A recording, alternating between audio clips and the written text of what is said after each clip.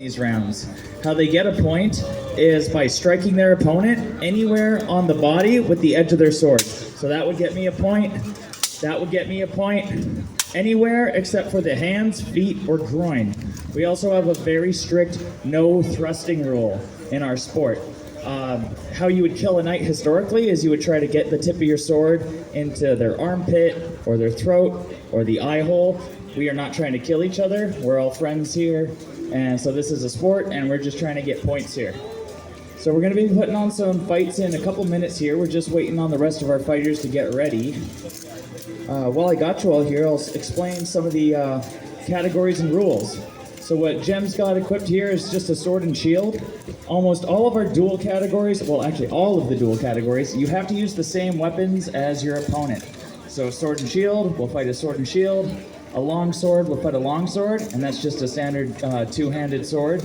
We also have great sword, which is just a very big sword.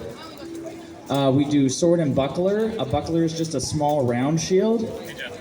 We do saber, which is a one-handed curved sword, and then their other hand they keep out of the fight for those ones. So we have May here just hitting Jem a couple times to show you guys kind of what's going on here. We do not pull our punches at all. While you can hit as hard as you want, our fighters still want to conserve some energy. So you do get some good strong hits, but at the same time, they're not trying to hit as hard as they can because they still need to save energy and last throughout the whole fight. The armor here weighs anywhere from 80 to sometimes over 100 pounds. And underneath all the armor, they're wearing a thick padded jacket and padded pants that are called gambeson.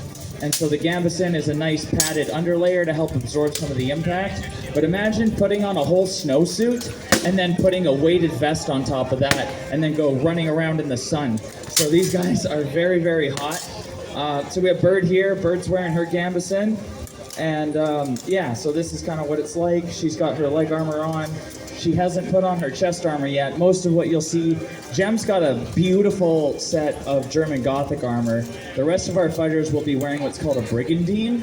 And a brigandine is a bunch of small metal plates all riveted underneath the textile outer layers. So Kella's gonna come up and show you guys here. So Kella's got a brigandine on, so there's just all these small plates under here, and they can kind of fold and overlap with each other, so it gives her a lot more mobility and stuff. But she will feel a little bit more of some of the impacts if somebody hits her, whereas if we hit Jem here, it's just a hard outer shell. But she has more mobility in that than Jem has in his. However, Jem's armor is made for him. It's custom fit to his body, and it's still really good. He can do almost anything that Kella could do because he forked out a little bit of extra cash for it. I say a little, yeah, it was a lot. So if somebody was interested in starting this sport, a brand new set of beginner's armor would run you about $3,000 Canadian, $3,000 to $3,500 for just a beginner set. If something like Jem's here is somewhat closer to $15,000. But it's all really high quality, hardened steel. It's not going to deform too much.